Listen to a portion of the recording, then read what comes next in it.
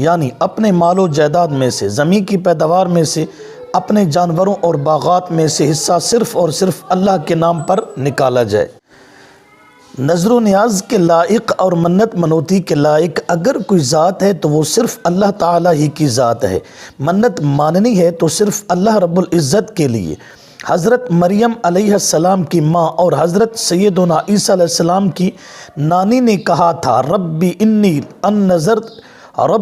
نذرت لک ما فی بطنی محررا، یہ کہنا کہ میرا مریض تندرست ہو گیا یا میں مقدمے سے بری ہو گیا تو اللہ کے لیے ایک دیگ اتاروں گا، اس کا نام نظر ہے اور اسے منت بھی کہتے ہیں۔ یہ صرف اور صرف اللہ تعالیٰ کا حق ہے۔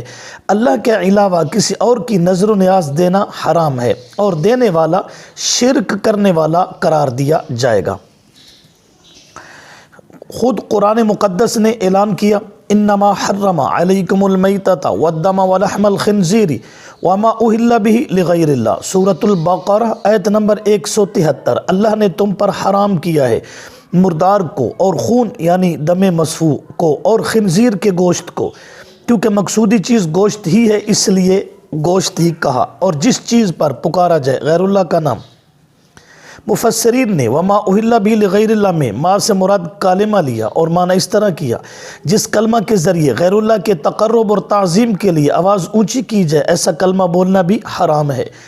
ایک آدمی کہے میں فلاں ہستی کے نام کی 11ویں یا فلاں کے کنڈے بھروں گا یا میرا مریض درست ہو گیا تو میں فلاں دربار پہ دیگ اتاروں گا، یہ جانور فلاں ہستی کے عرس پہ لے جاؤں گا، ایسا جملہ اور کلمہ بولنا بھی حرام، وہ چیز تو بدرجہ اولا حرام ہوگی۔ غیر اللہ کی نظر نیاز منت منوتی قرآن و حدیث کے خلاف تو ہے ہی، انسانی عقل کے بھی خلاف ہے۔ انصاف اور عقل کا تقاضا تو یہ ہے کہ نظر نیاز اس کے نام کی دو جس نے سب کچھ عطا فرمایا ہے۔ جب ہر چیز کا خالق وہی ہے، جب ہر چیز کا رازق اور مالک وہی ہے تو نظر نیاز کے لائق بھی صرف اللہ ہی ہے، اسی کے نام کی پھر نظر نیاز ہی دینی چاہیے۔ جب آسمان سے بارش برسا کر اور سورج کی آتشی کرنوں سے فصل کو پکانے والا وہی ہے، جب اندھیری زمین کا سینہ چیر کر دانے کو باہر نکالنے والا وہی ہے، جب ایک دانے کو 700 دانوں میں بدلنے والا وہی ہے، جب زمین کو پانی پر ٹھہرانے والا اور ڈولتی زمین پر پہاڑوں کی میخیں ٹھوکنے والا وہی ہے، چاند کو ضیاء پاشیاں اور ستاروں کو جگمگاہٹ بخشنے والا وہی ہے، جب زمین اسی کی اور آسمان اسی کا، چاند اسی کا اور سورج اسی کا، جب بادل اس کے اور بارش برسانے والا وہی، جب باغات فصلیں اور اناج اگانے والا وہی، تو پھر پیداوار اور دولت دنیا میں سے نظر و نیاز بھی اسی اللہ کے نام پر دو۔ جب جانوروں کا پیدا کرنے والا وہی ہے، جب چارے کو اگانے والا وہی ہے، جب اصل غذا کو گوبر سے اور دودھ کو خون سے الگ کر کے لبناً خالصاً ہمارے برتن میں ڈالنے والا وہی اللہ ہے، تو پھر اس دودھ کو بطور نظر نیاز تقسیم بھی اسی اللہ کے نام پر ہونا چاہیے۔ قرآن اس طرف اشارہ کرتے ہوئے کہتا ہے وَيَجْعَلُونَ لِمَا لَا يَعْلَمُونَ نَصِيبًا مِّمَّا رَزَقْنَاهُمْ، سورۃ النحل آیت نمبر 56، اور ٹھہراتے ہیں یہ مشرکین ہماری دی ہوئی روزی میں سے ایک حصہ ان کے نام پر جن کو ان کی نظر نیاز دینے کا کوئی علم ہی نہیں۔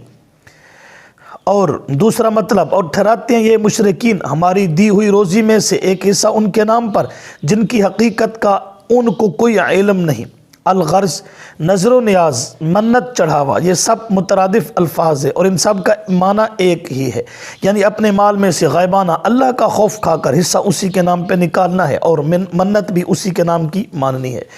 یہ نظر و نیاز اور منت عبادت ہے اور عبادت صرف اور صرف اللہ کا حق ہے۔ اس لیے مختلف کتب میں عبارات اور مختلف فتاوی جات میں یہ عبارات موجود ہیں۔ النظر لغیر اللہ حرام لأنہ من انواع الکفر لأن ھذا عبادت والعبادت لغیر اللہ کفر، خلاصۃ الفتاوی جلد نمبر 4 صفحہ 378۔ غیر اللہ کی نظر حرام ہے کیونکہ نظر عبادت ہے اور غیر اللہ کی عبادت کفر ہے۔ بحر الرائق نے بھی لکھا ہے والنظر للمخلوق لا يجوز لأنه عبادت والعبادت لا تكون للمخلوق، نظر، منت اور نیاز مخلوق کے لیے جائز نہیں، کیونکہ نیاز عبادت ہے اور عبادت مخلوق کے لیے نہیں ہوتی۔ اللہ تعالیٰ کے سوا کسی اور کی نظر و نیاز دینا شرک ہوگا اور اس کو شرک مالی کہیں گے۔ شرک فی الدعا اور شرک مالی، یہ دو ذکر ہو چکے۔ شرک فی الدعا یعنی اللہ کے سوا کسی کو غائبانہ حاجات میں پکارنا، اور شرک مالی یعنی اللہ کے سوا کسی کی نظر نیاز اور منت منوتی دینا۔ اور اس کے پیچھے یہ عقیدہ ہوتا ہے کہ جس کو میں پکار رہا ہوں اور جس کے نام کی نظر نیاز اور منت منوتی دے رہا ہوں وہ میرے حالات سے باخبر ہے، یعنی عالم الغیب ہے، اور نفع و نقصان اس کے ہاتھ میں ہے، یعنی وہ مختار کل اور متصرف فی الامور ہے۔ اس لیے قرآن نے بھی مشرکین کے اس بنیادی شرکیہ عقیدے کی بنیاد کو ہلا کر رکھ دیا ہے۔ اس کے بعد ہے شرک فی العلم۔ قرآن و حدیث اس پر گواہ ہیں کہ ذرے سے لے کر آفتاب تک، قطرے سے لے کر سمندر تک، حشرات الارض سے لے کر حاملین عرش تک، تحت الثری سے لے کر سدرۃ المنتہا تک، زمین کی پستی سے لے کر عرش کی بلندی تک، غرض یہ کہ ازل سے ابد تک اور عدم سے موجود تک ہر چیز کا تفصیلی کلی اور محیط علم صرف اور صرف اللہ کے پاس ہے۔ یعلم ما بین ایدیہم وما خلفہم، اس کی صفت، اور ان اللہ علیم بذات الصدور اسی کی شان ہے۔ وہو بکل شیء علیم، اس کا مقام، اور عالم الغیب والشہادہ اس کا اعلان ہے۔ وہ کہتا ہے اعلم ما تبدون وما کنتم تکتمون، جو تم ظاہر کرتے ہو اور جو کچھ چھپاتے ہو میں سب کچھ جانتا ہوں۔ اللہ تعالیٰ زمین و آسمان کی تمام مخلوق کے تمام ظاہر و باطن، گزشتہ و آئندہ کے حالات و واقعات سے باخبر ہے۔ وہی جانتا ہے آسمانوں کی وسعتوں کو، ستاروں کی، وہی جانتا ہے آسمان کی وسعتوں کو، ستاروں کی تعداد کو، جنت کے طول و عرض کو، سورج اور چاند کی منزلوں کو۔ وہی جانتا ہے زمین کی وسعت کو، زمین میں دفن خزینوں کو، ما تحت ثری تک کے حالات کو۔ وہی جانتا ہے اس زمین میں سمندروں، دریاؤں، نہروں، چشموں کی تعداد کو۔ وہی جانتا ہے زمین میں اگنے والے ایک ایک درخت اور گھاس کے ایک ایک تنکے کو، درختوں کے پتوں کو۔ جب درخت سے کوئی پتا گرتا ہے تو وہ اس پتا کو بھی جانتا ہے، اور درخت سے ٹوٹ کر زمین تک آتے ہوئے اس کے راستے میں اس پتے نے کتنی کروٹیں بدلی اللہ اسے بھی جانتا ہے۔ کائنات کے ایک ایک ذرے کا تفصیلی علم، حتیٰ کہ سورج کی شعاؤں کے ایک ایک حقیر ترین ذرے کا کلی علم صرف اور صرف اللہ کے پاس ہے۔ اللہ کے قرآن نے خود اعلان کیا وَعِندَهُ مَفَاتِحُ الْغَيْبِ لَا يَعْلَمُهَا إِلَّا هُوَ وَيَعْلَمُ مَا فِي الْبَرِّ وَالْبَحْرِ وَمَا تَسْقُطُ مِنْ وَرَقَةٍ إِلَّا يَعْلَمُهَا وَلَا حَبَّةٍ فِي ظُلُمَاتِ الْأَرْضِ وَلَا رَطْبٍ وَلَا يَابِسٍ إِلَّا فِي كِتَابٍ مُبِينٍ۔ سورۃ الانعام پارہ نمبر 7 اور آیت نمبر 59۔ ترجمہ: اور غیب کی چابیاں اللہ ہی کے پاس ہے، انہیں کوئی نہیں جانتا اللہ کے سوا، اور وہی جانتا ہے جو کچھ جنگل اور دریا میں ہے، اور درخت سے گرنے والا کوئی پتا ایسا نہیں ہے جس کا اللہ کو علم نہ ہو، اور زمین کے تاریک پردوں میں کوئی دانہ ایسا نہیں جس سے اللہ باخبر نہ ہو۔ خشک و تر ہر چیز اللہ کے علم میں ہے۔ ایک اور جگہ اللہ نے اپنے علم کی وسعت کو اس طرح بیان فرمایا: یعلم ما یلج فی الارض وما یخرج منها وما ینزل من السماء وما یعرج فیہا وہو الرحیم الغفور۔ سورہ سبا آیت نمبر 2۔ اللہ تعالیٰ جانتا ہے جو کچھ داخل ہوتا ہے زمین میں، یعنی مردے اور بارش کے قطرے اور بیج وغیرہ، اور جو کچھ نکلتا ہے اس سے، یعنی پانی، اناج وغیرہ، اور اللہ جانتا ہے جو کچھ اترتا ہے آسمان سے، یعنی فرشتے، کتب، روزیاں، بارش، اولے، برکات، بجلیاں، اور اللہ جانتا ہے جو کچھ چڑھتا ہے آسمان میں، یعنی ملائکہ، اعمال صالحہ، ارواح وغیرہ، اور وہی ہے رحم کرنے والا، بخشنے والا۔ سورہ سبا کی آیت نمبر 10 میں اسے اور واضح فرمایا: عالم الغیب لا یعزب عنہ مثقال ذرۃ فی السماوات ولا فی الارض ولا اصغر من ذلک ولا اکبر الا فی کتاب مبین۔ میرا رب جو عالم الغیب ہے، غیب نہیں ہو سکتا اس سے کچھ ذرہ برابر بھی آسمانوں میں اور نہ زمین میں، اور نہ کوئی چھوٹی چیز اس ذرے سے بھی، اور نہ بڑی چیز جو نہیں ہے، کھلی کتاب یعنی علم الہی میں۔ ایک اور مقام پر اپنے عالم الغیب ہونے کو اس طرح بیان فرمایا، اللہ یعلم ما تحمل کل انثی وما تغیض الارحام وما تزداد وکل شیء عنده بمقدار عالم الغیب والشہادۃ الکبیر المتعال سواء منکم من اسر القول ومن جہر به ومن هو مستخف باللیل وسارب بالنہار۔ سورۃ الرعد اور آیت نمبر 8 سے 10 تک۔ اللہ جانتے ہیں جو پیٹ میں اٹھاتی ہے ہر مادہ اور جو سکڑتے ہیں پیٹ اور جو بڑھتے ہیں، یعنی پیٹ میں ایک بچہ ہے یا زیادہ، مکمل تخلیق ہو چکی ہے یا ابھی نامکمل ہے، تھوڑی مدت میں پیدا ہوگا یا زیادہ مدت میں، کتنے سانس ہوگا، اس کی زندگی میں کتنی بہاریں آئیں گی، کتنے دکھ آئیں گے، یہ کلی علم اللہ ہی کے پاس ہے، اور ہر چیز کا اس کے ہاں یا اندازہ ہے۔ اللہ جاننے والے غیب اور ظاہر کا، یعنی جو چیز مخلوق سے غیب ہے اور مخلوق کے سامنے ہے، سب کا کلی علم اللہ کے پاس ہے۔ سب سے بڑا برتر و بالا برابر ہے تم میں سے جو آہستہ بات کرے یا زور سے بات کرے، اور جو چھپ رہا ہے رات میں اور جو گلیوں میں پھر رہا ہے دن کے وقت، سب اللہ تعالیٰ کے علم میں ہے۔ یہ سب کچھ جو میں نے آپ کے سامنے بیان کیا، اس مسئلے کا اثباتی پہلو ہے، اور اس سے دنیا کے کسی شخص کو بھی انکار نہیں کہ علم غیب اللہ تعالیٰ کا خاصہ ہے، اور کائنات کا کوئی ذرہ بھی اس سے مخفی اور پوشیدہ نہیں۔ ان اللہ لا یخفی علیہ شیء فی الارض ولا فی السماء، سورہ آل عمران آیت نمبر 5۔ وہ دلوں کے بھید اور بھید سے بھی پوشیدہ تر تک چیز کو جانتا ہے۔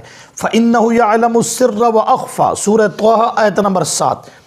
قرآن مقدس میں اللہ رب العزت نے اس مسئلے کے منفی پہلو کو بیان کرتے ہوئے فرمایا، وَلَا يُحِيطُونَ بِشَيْءٍ مِّنْ عِلْمِهِ إِلَّا بِمَا شَاءَ۔ لوگو، ہر چیز کا کلی اور مکمل علم، آسمان زمین کا، دریاؤں اور پہاڑوں کا، خشکیوں اور سمندروں کا، انسان جنات اور ملائکہ کا، چرندوں پرندوں اور درندوں کا، نباتات جمادات اور حشرات الارض کا مکمل اور تفصیلی علم اللہ کے سوا کسی کو معلوم نہیں۔ سب کچھ اللہ کو معلوم ہے۔ کسی ایک درخت کا اور درخت کے پتے کا مکمل علم، ریت کے ایک ذرے کا محیط علم، بارش کے ایک قطرے کا، گھاس کے ایک تنکے کا۔ وَلَا يُحِيطُونَ بِشَيْءٍ مِّنْ عِلْمِهِ إِلَّا بِمَا شَاءَ۔ ہاں، مخلوقات کو اتنا ہی علم ہوتا ہے جتنا وہ اللہ چاہتا ہے، اور اللہ تعالیٰ سب سے زیادہ علم انبیاء کرام علیہ السلام کو عطا فرماتا ہے، اور انبیاء کرام علیہ السلام کی مقدس جماعت میں سے سب سے بڑھ کر اگر کسی ہستی کو علم سے نوازا گیا تو وہ امام الانبیاء صلی اللہ علیہ وسلم کی ذات گرامی قدر ہے۔ آپ کو بے شمار خبروں پر اللہ نے اطلاع دی جو نبی سے غیب میں تھی، مگر اسے اطلاع علی الغیب کہتے ہیں، علم غیب نہیں۔ اطلاع علی الغیب اور علم غیب میں جو فرق ہے اسے ملحوظ خاطر رکھا جائے تو مسئلہ بخوبی سمجھ آ سکتا ہے کہ علم غیب خاص خداوندی ہے، اور اللہ تعالیٰ انبیاء کرام کو غیب کی خبروں پر اطلاع دیتے ہیں، یعنی جس چیز کا پیغمبر کو پتہ نہیں ہوتا اللہ وہی سے بتلا دیتے ہیں۔ قرآن مقدس نے واضح الفاظ میں غیر اللہ سے علم غیب کی نفی فرما دی۔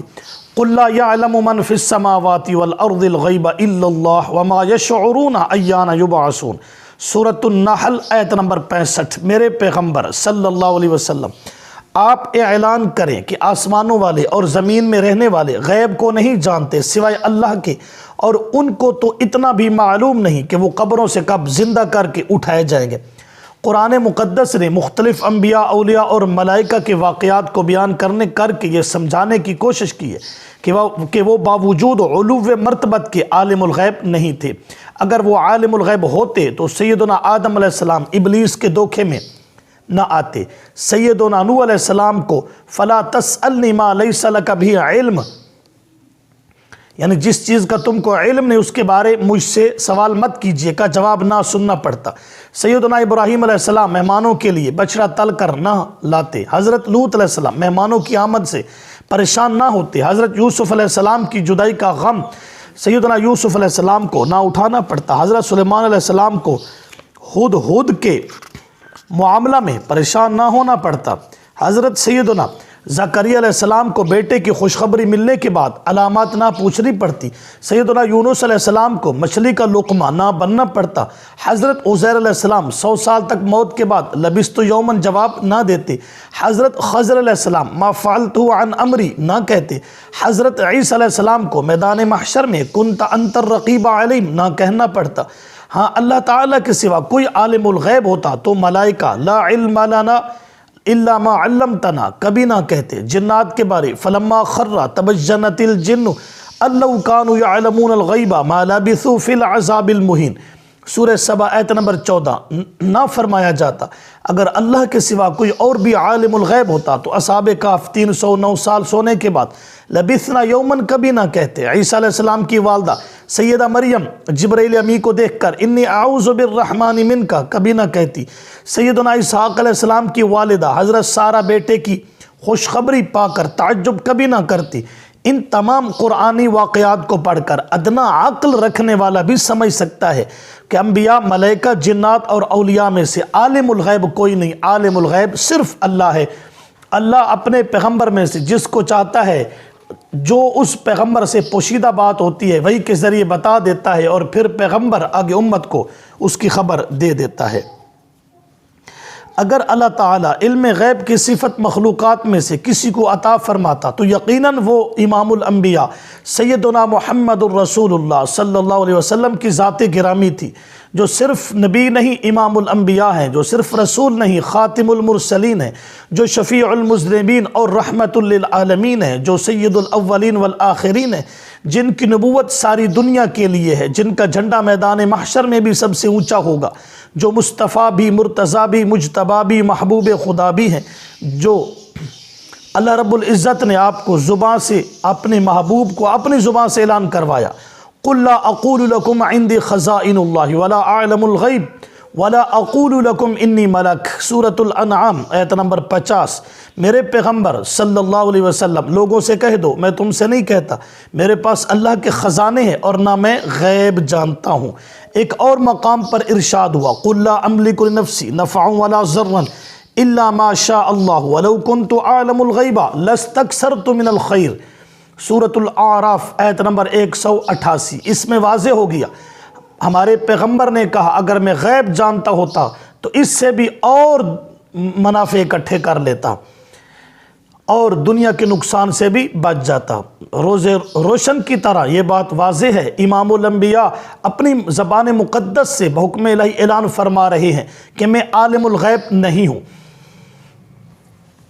اگر آپ عالم الغیب ہوتے تو مسجد زرار میں نماز پڑھانے کا کبھی وعدہ نہ فرماتے، عبداللہ بن ابی کے جنازے کے لیے کبھی تشریف نہ لاتے، یا ایھا النبی لم تحرم آیات نازل نہ ہوتی، ومن اہل المدینہ مردوا علی النفاق یہ نہ کہا جاتا۔ اگر آپ عالم الغیب ہوتے تو بدر کے قیدیوں کو فدیہ لے کر کبھی نہ چھوڑتے، سیدہ عائشہ پر جو تہمت لگائی گئی آپ کبھی پریشان نہ ہوتے، عفا اللہ عنک لما اذنت لهم نہ فرمایا جاتا، وما علمنا الشعر نہ فرمایا جاتا، 70 صحابی شہید نہ ہوتے، طعام میں زہر نہ دیا جاتا۔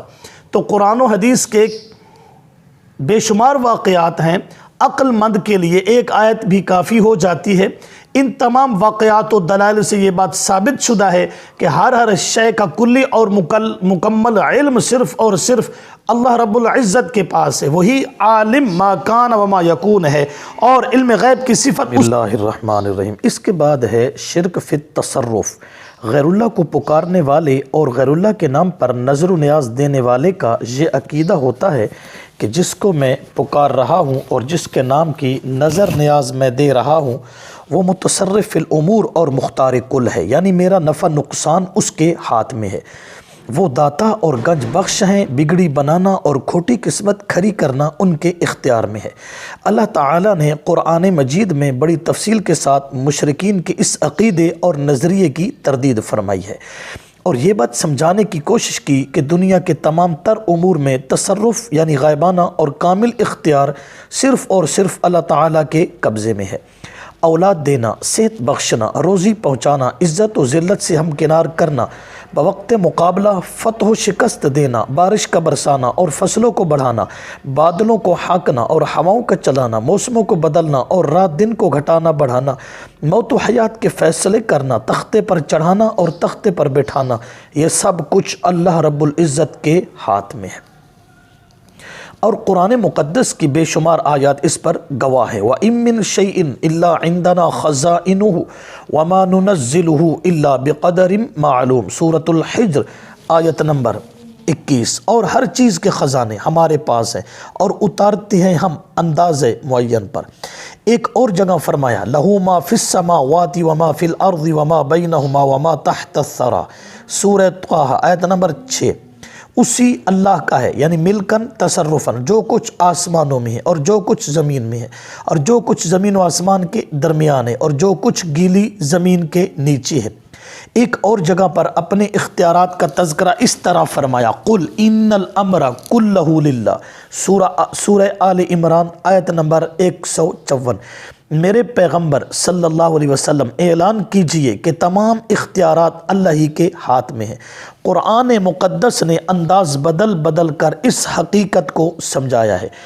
کہیں فرمایا ان اللہ یفعل ما یشاء، سورۃ الحج، اللہ تعالیٰ جو چاہتا ہے وہی کرتا ہے۔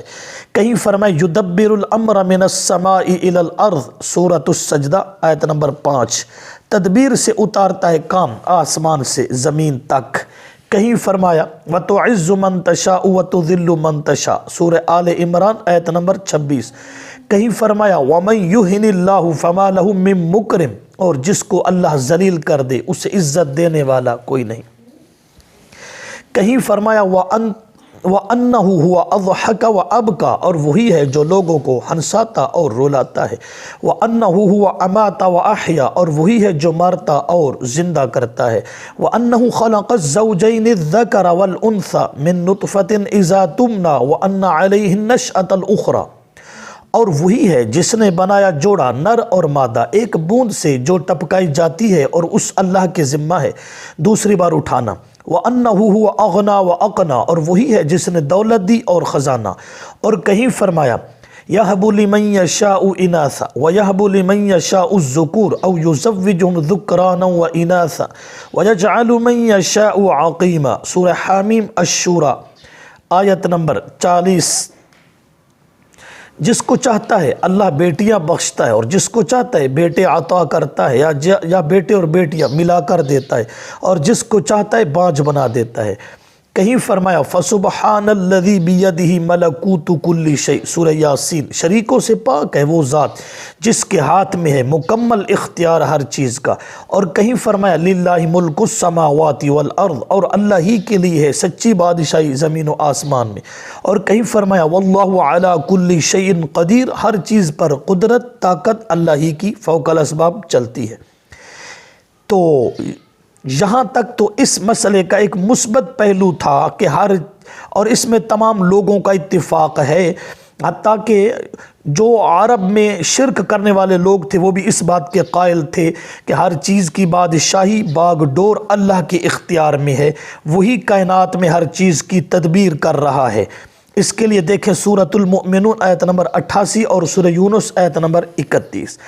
مگر یہ حقیقت ناقابل تردید ہے کہ جب تک کسی مسئلے کا منفی پہلو سامنے نہ آئے اس وقت تک مسئلہ واضح نہیں ہوتا۔ اس لیے اللہ رب العزت نے اس مسئلے کا منفی پہلو قرآن میں 20 جگہ بیان فرمایا کہ میرے سوا متصرف فی الامور، نفع و نقصان کا مالک، رات اور دن کے نظام کو چلانے والا، سورج اور چاند کی نگرانی کرنے والا، بگڑی بنانے والا، کسی چیز کا مالک و مختار اور اللہ کے سوا کوئی نہیں۔ مخلوقات میں سے کوئی بڑا یا چھوٹا ایسا نہیں جو زبردستی مجھ سے کوئی بات منوا لے۔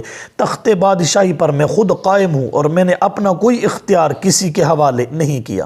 کسی کے ہاتھ میں اولاد بخشنے، صحت و بیماری اور مقدمے سے رہائی دینے کا کوئی اختیار نہیں ہے۔ اللہ رب العزت نے ایک جگہ پر فرمایا ما یفتح اللہ للناس من رحمت فلا ممسک لها وما یمسک فلا مرسل له من بعد، سورۃ الفاطر آیت نمبر 2۔ اللہ رب العزت لوگوں کے لیے اپنی جس رحمت یعنی کا دروازہ کھول دے تو اس کو بند کرنے والا کوئی نہیں، اور جس رحمت کو روک دے تو اس کے بعد اسے جاری کرنے والا کوئی نہیں۔ ایک اور جگہ پر ارشاد فرمایا وَإِن يَمْسَسْكَ اللَّهُ بِضُرٍّ فَلَا كَاشِفَ لَهُ إِلَّا هُوَ وَإِن يَمْسَسْكَ بِخَيْرٍ فَهُوَ عَلَى كُلِّ شَيْءٍ قَدِيرٌ، سورۃ الانعام آیت نمبر 17۔ اور اگر اللہ تعالیٰ مجھے کوئی تکلیف پہنچا دے تو اس کو سوائے اس کے دور کرنے والا کوئی نہیں، اور اگر اللہ تجھے کوئی بھلائی پہنچانا چاہے تو وہ ہر چیز پر قادر ہے۔ ایک اور مقام پر فرمایا قُلِ ادْعُوا الَّذِينَ زَعَمْتُم مِّن دُونِ اللَّهِ فَلَا يَمْلِكُونَ مِثْقَالَ ذَرَّةٍ فِي السَّمَاوَاتِ وَلَا فِي الْأَرْضِ۔ سورہ سبا آیت نمبر 22۔ میرے پیغمبر صلی اللہ علیہ وسلم کہہ دو غیر اللہ کے پجاریوں سے کہ پکارو تم ان لوگوں کو، پکار کر دیکھو تم ان لوگوں کو جن کے متعلق تم گمان رکھتے ہو، یعنی کہ ہماری مصیبتیں وغیرہ ٹال دیتے ہیں، سوا اللہ کے۔ وہ تو ایک ذرہ برابر بھی اختیار نہیں رکھتے زمین و آسمان میں۔ ایک اور جگہ پر ارشاد ہوا قُلِ ادْعُوا الَّذِينَ زَعَمْتُم مِّن دُونِهِ فَلَا يَمْلِكُونَ كَشْفَ الضُّرِّ عَنْكُمْ وَلَا تَحْوِيلًا۔ سورۃ الاسراء آیت نمبر 56۔ میرے پیغمبر صلی اللہ علیہ وسلم بلاؤ ان کو جن کے متعلق تم گمان اور دعوے کرتے ہو سوا اللہ کے، پس وہ اختیار نہیں رکھتے تکلیف اور سختی کو تم سے ہٹانے کا اور نہ بدل ڈالنے کا۔ ایک اور جگہ ارشاد ہوا وَاتَّخَذُوا مِن دُونِهِ آلِهَةً لَا يَخْلُقُونَ شَيْئًا وَهُمْ يُخْلَقُونَ وَلَا يَمْلِكُونَ لِأَنفُسِهِمْ ضَرًّا وَلَا نَفْعًا وَلَا يَمْلِكُونَ مَوْتًا وَلَا حَيَاةً وَلَا نُشُورًا۔ سورۃ الفرقان آیت نمبر 3۔ تو اس تمام آیات کا خلاصہ یہ ہے کہ فوق الاسباب مختار کل صرف اللہ ہی کی ذات ہے۔ اس کے بعد ایک اشکال ہے، شاید کوئی آدمی عام لوگوں کو ورغلائے کہ ان آیات میں من دون اللہ سے مراد بت ہیں، تو اس کی تسلی کے لیے چند مفسرین کے اور کچھ آیات کے حوال جات ذکر کر دیتا ہوں تاکہ تسلی ہو جائے۔ روح المعانی جلد نمبر 22 صفحہ 182، قرطبی جلد نمبر 14 صفحہ 336، تفسیر مظہری جلد نمبر 8 صفحہ 50، ابن کثیر جلد نمبر 5 صفحہ 195، تفسیر مدارک جلد نمبر 4 صفحہ 195، تفسیر بیضاوی جلد نمبر 4 صفحہ 40، تفسیر خازن۔ ان تمام مفسرین نے لکھا ہے کہ ان آیات میں من دون اللہ اور من دون ہی سے مراد ہر وہ معبود ہے جس کی مشرکین عبادت اور پکار کیا کرتے تھے، اور وہ کون ہے؟ ملائکہ، جنات، عیسیٰ علیہ السلام، مریم علیہ السلام، حضرت عزیر علیہ السلام۔ جو لوگ من دون اللہ پڑھ کر بت کی رٹ لگاتے رہتے ہیں، ان سے پوچھا جائے کہ عیسائی اور یہودی کس کی پوجا پاٹ کرتے تھے؟ کیا حضرت عیسیٰ علیہ السلام الیاذ باللہ اور عزیر علیہ السلام کیا بت تھے؟ پھر امام الانبیاء صلی اللہ علیہ وسلم نے زندگی کے آخری لمحات میں فرمایا لعنت اللہ علی الیہود والنصارى اتخذوا قبور انبیائہم مساجدا، بخاری شریف۔ ترجمہ، اللہ کی لعنت ہو یہود و نصارہ پر جنہوں نے اپنے اپنے نبیوں کی قبروں کو سجدہ گاہ بنا لیا تھا۔ قبور انبیائی کے الفاظ پر غور فرمانا چاہیے۔ جو لوگ کہتے ہیں کہ وہ بتوں کے پجاری تھے، تو اب جس کا جی چاہے وہ نبی کی بات کو تسلیم کر لے، اور جس کا جی چاہے تو ان لوگوں کی بات مانے جو قرآن میں تحریف کا شکار ہے۔ اس کے بعد آپ قرآن مقدس کی اس سے پہلے 5 آیات سن چکے ہیں جن میں اس حقیقت کو کھول کر بیان کیا گیا کہ مخلوقات میں سے کوئی بھی ہر شے کا مالک و مختار ہونا تو دور کی بات ہے، ایک معمولی ذرے کا مالک بھی نہیں ہے۔ آخری آیت میں کتنی وضاحت سے ارشاد فرمایا کہ وہ اپنی جان کے نفع نقصان کا اختیار نہیں رکھتے۔ مخلوقات میں سب سے اعلیٰ اور برتر ہستیاں انبیاء کرام علیہ السلام کی ہیں، مگر حالات و واقعات اس بات کو ثابت کرتے ہیں کہ وہ بھی مختار کل نہیں ہیں۔ اگر وہ مختار کل ہوتے تو سیدنا نوح علیہ السلام اپنے بیٹے کو راہ راست پر لے آتے یا اسے طوفان سے بچا لیتے۔ سیدنا ایوب علیہ السلام 18 سال بیماری میں مبتلا نہ رہتے۔ سیدنا زکریا علیہ السلام کو بیٹے کے حصول کے لیے عاجزیہ نہ کرنی پڑتی۔ سیدنا یعقوب علیہ السلام کی آنکھیں رو رو کر سفید نہ ہوتی۔ حضرت عیسیٰ علیہ السلام کو من انصاری الی اللہ نہ کہنا پڑتا۔ سیدنا لوط علیہ السلام کو آوی الی رکن شدید کی دعائی نہ دینی پڑتی۔ سیدنا موسیٰ علیہ السلام کو لا تخف کہہ کر تسلی نہ دینی پڑتی۔ سیدنا یونس علیہ السلام کو مچھلی کا لقمہ نہ بننا پڑتا۔ اگر اللہ کے سوا کوئی اور مختار کل ہوتا تو جبرائیل علیہ السلام کو وَمَا نَتَنَزَّلُ إِلَّا بِأَمْرِ رَبِّكَ، ہم تیرے رب کے حکم کے بغیر نہیں اترتے، یہ جبرائیل کو نہ کہنا پڑتا۔ الغرض انبیاء علیہم السلام، اولیاء رحمہم اللہ، اور فرشتے اور جنات مختار کل نہیں ہیں۔ اب کسی شخص کے ذہن میں یہ اشکال پیدا ہو سکتا تھا کہ یہ تسلیم ہے کہ مخلوقات میں سے کوئی بھی مختار کل نہیں ہے، مگر ہمارے پیغمبر تو امام الانبیاء اور خاتم المرسلین ہیں، وہ تو سید الاولین والآخرین ہیں، شاید یہ منصب اور یہ وصف آپ علیہ السلام کو عطا کیا گیا ہو۔ تو آئیے قرآن مقدس کے آئینے میں دیکھتے ہیں۔ سورۃ الاعراف آیت نمبر 188 میں آپ صلی اللہ علیہ وسلم سے اعلان کروایا گیا، قُلْ لَا أَمْلِكُ لِنَفْسِي نَفْعًا وَلَا ضَرًّا إِلَّا مَا شَاءَ اللَّهُ، میرے پیغمبر صلی اللہ علیہ وسلم آپ کہہ دیں میں اپنی جان کے لیے نفع اور نقصان کا اختیار نہیں رکھتا، وہی ہوتا ہے جو اللہ چاہتا ہے۔ ایک اور جگہ پر فرمایا قُلْ إِنِّي لَا أَمْلِكُ لَكُمْ ضَرًّا وَلَا رَشَدًا، سورۃ الجن آیت نمبر 21، میرے پیغمبر صلی اللہ علیہ وسلم اعلان کیجئے بے شک میں تمہارے نفع اور نقصان کا اختیار نہیں رکھتا۔ ان دونوں آیتوں سے یہ حقیقت اظہر من الشمس ہو گئی کہ امام الانبیاء صلی اللہ علیہ وسلم اپنی جان کے لیے اور دوسرے لوگوں کے لیے نفع و نقصان کا اختیار نہیں رکھتے، ہوتا وہی ہے جو اللہ تعالی چاہتے ہیں۔ اگر آپ صلی اللہ علیہ وسلم مختار کل ہوتے تو اللہ تعالیٰ کو لیس لک من الامر شیء نہ کہنا پڑتا، سورہ آل عمران۔ اگر آپ صلی اللہ علیہ وسلم متصرف فی الامور ہوتے تو پھر ولا تطرد الذین یدعون ربہم کے ساتھ آپ کو خطاب نہ کیا جاتا، عفی اللہ عنک لما اذنت لہم نہ کہا جاتا۔ اگر آپ مختار کل ہوتے تو ما کان للنبی والذین آمنوا ان یستغفروا للمشرکین، سورۃ التوبہ، یہ نہ کہنا پڑتا۔ اسی طرح ولا تصلی علی احد منہم مات ابدا، یہ بھی نہ کہنا پڑتا، سورۃ التوبہ۔ اسی طرح استغفر لہم او لا تستغفر لہم اور لا تقم فیہ ابدا، یہ ساری آیات سورۃ التوبہ میں ہیں، یہ ساری آیات نازل نہ ہوتی۔ اگر آپ مختار کل ہوتے تو اپنے چچا ابو طالب کو مسلمان کر لیتے اور انک لا تہدی من احببت، سورۃ القصص نہ اترتی۔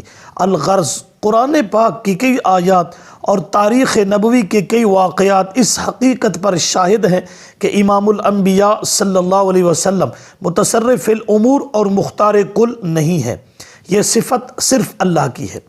اور اگر آپ صلی اللہ علیہ وسلم کو یہ منصب عطا نہیں ہوا تو پھر مخلوقات میں سے کوئی دوسرا مختار کل اور متصرف فی الامور کس طرح ہو سکتا ہے؟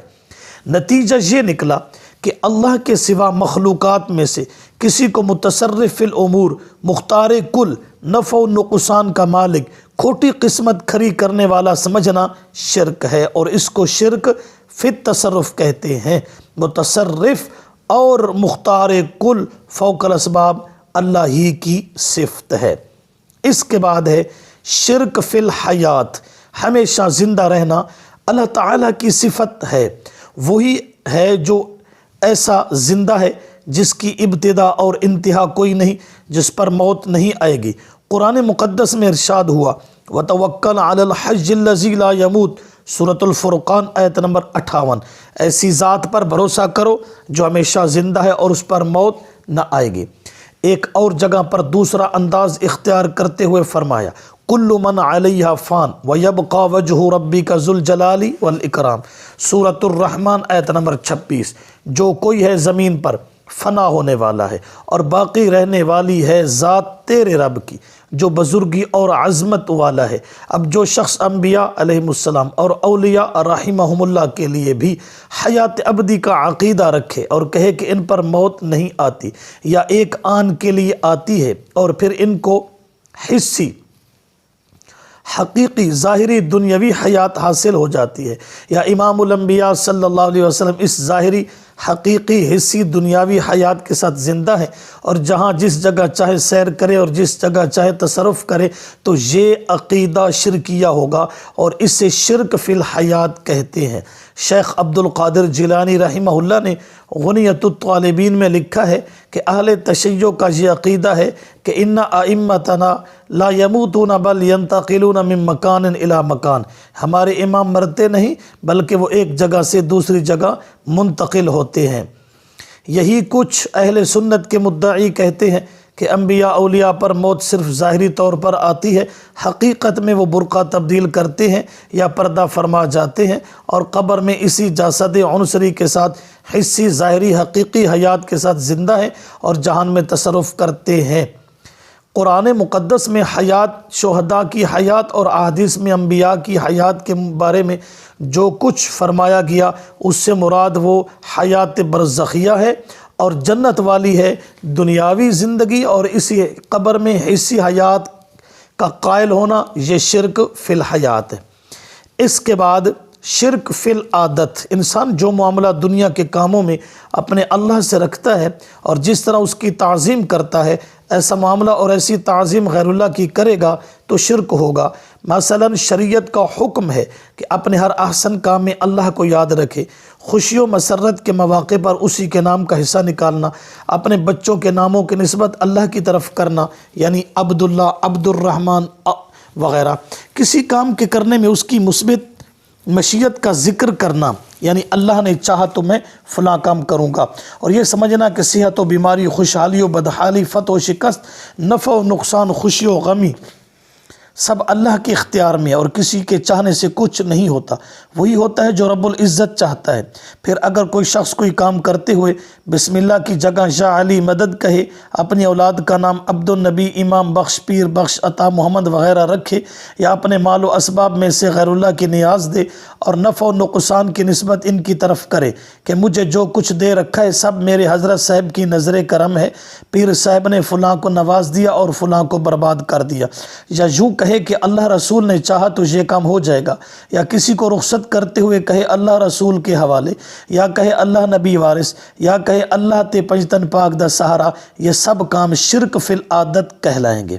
چنانچہ امام الانبیاء صلی اللہ علیہ وسلم کے سامنے ایک شخص نے کہا ما شاء اللہ و شئت، جو اللہ تعالیٰ چاہے اور جو آپ چاہیں۔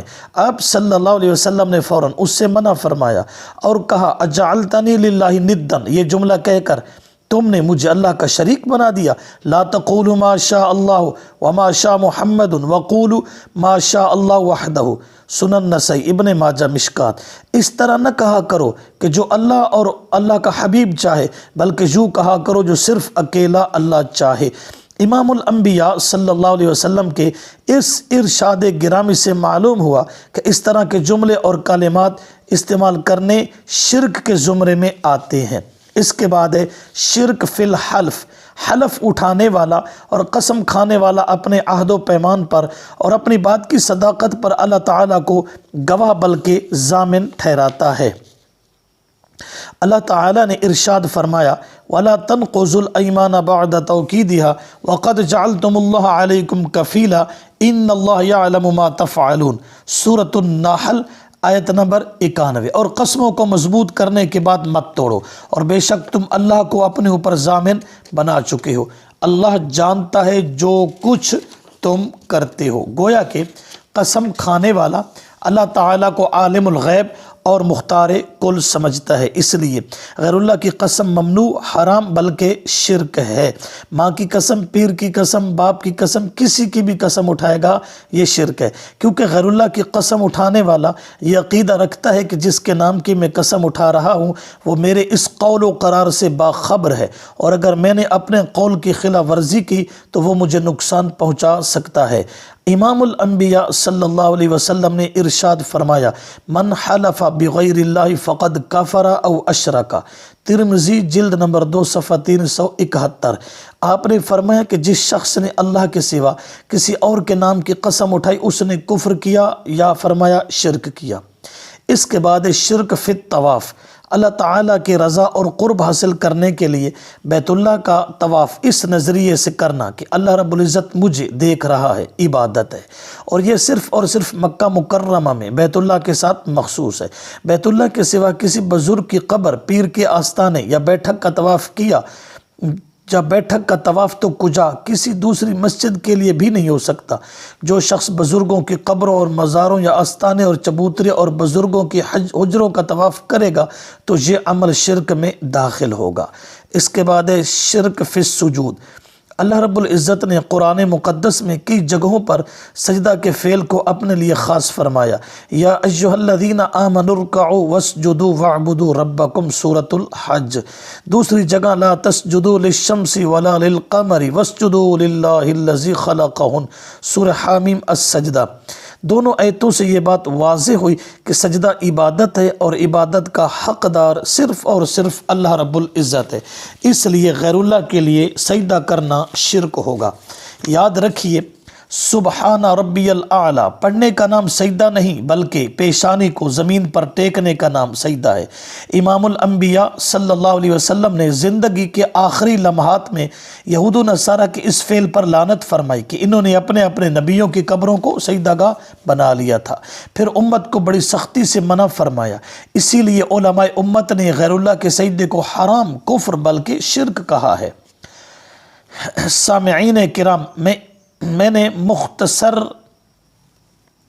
گفتگو میں شرک کی چند اقسام کا ذکر کیا ہے کہ جو تعظیم، جو فعل، جو عمل اللہ کی عبادت بنتا ہے وہ مخلوق میں سے کسی کے لیے کرو گے تو شرک ہو جائے گا۔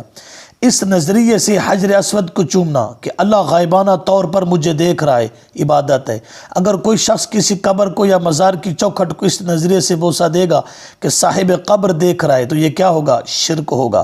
بیت اللہ کے ایک حصے کو ملتزم کہتے ہیں جس کے ساتھ سینہ چمٹا کر مسلمان اپنے رب کے آگے زاریاں کرتے ہیں۔ اب کسی مزار اور قبر کی جالیوں سے چمٹ کر رونا اور دعائیں مانگنا شرک فی الملتزم ہوگا۔ مسجدوں میں اللہ کی رضا کے لیے اعتکاف بیٹھنا عبادت ہے۔ اب کسی قبر اور بزرگ کے مزار کی مجاورت اور چلہ کشی اور اعتکاف یہ شرک فی الاعتکاف ہوگا۔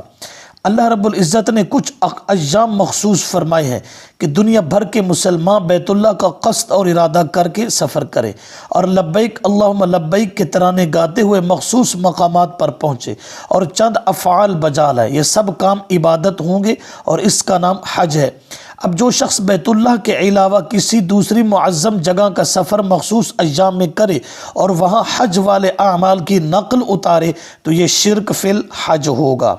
جیسے ہمارے ہاں بزرگوں کے عرس کے ایام مقرر ہیں اور دور دراز سے لوگ تعظیماً اس کے لیے سفر کرتے ہیں اور راستے میں اس بزرگ کے نام کے وظیفے پڑھتے ہیں اور وہاں جا کر تقریباً وہی اعمال و افعال کرتے ہیں جو ایک مسلمان اور مومن فریضہ حج میں بجا لاتا ہے، تو بڑے افسوس سے کہنا پڑتا ہے کہ جتنی تعظیمیں اللہ کے گھر اور اللہ کے ساتھ مخصوص تھی، پختہ کرنا، روشن کرنا، خوشبو لگانا، بیت اللہ کا طواف کرنا، ملتزم سے چمٹنا، حجر اسود کو بوسہ دینا، مقام ابراہیم پر نوافل، کعبہ پر غلاف ڈالنا، حج کے لیے سفر کرنا، قربانی کے جانور ذبح کرنا، تلبیہ پڑھنا، سجدہ و قیام کرنا وغیرہ، وہ تمام کی تمام تعظیمیں مدعیان اسلام نے قبروں، مزاروں اور بزرگوں پر خرچ کی۔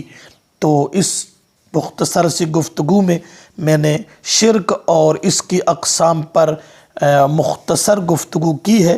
تمام سامعین بغور اس کو سنیں، آیات کا ترجمہ دیکھیں اور اپنی اصلاح کریں۔ وآخر دعوانا ان الحمد للہ رب العالمین۔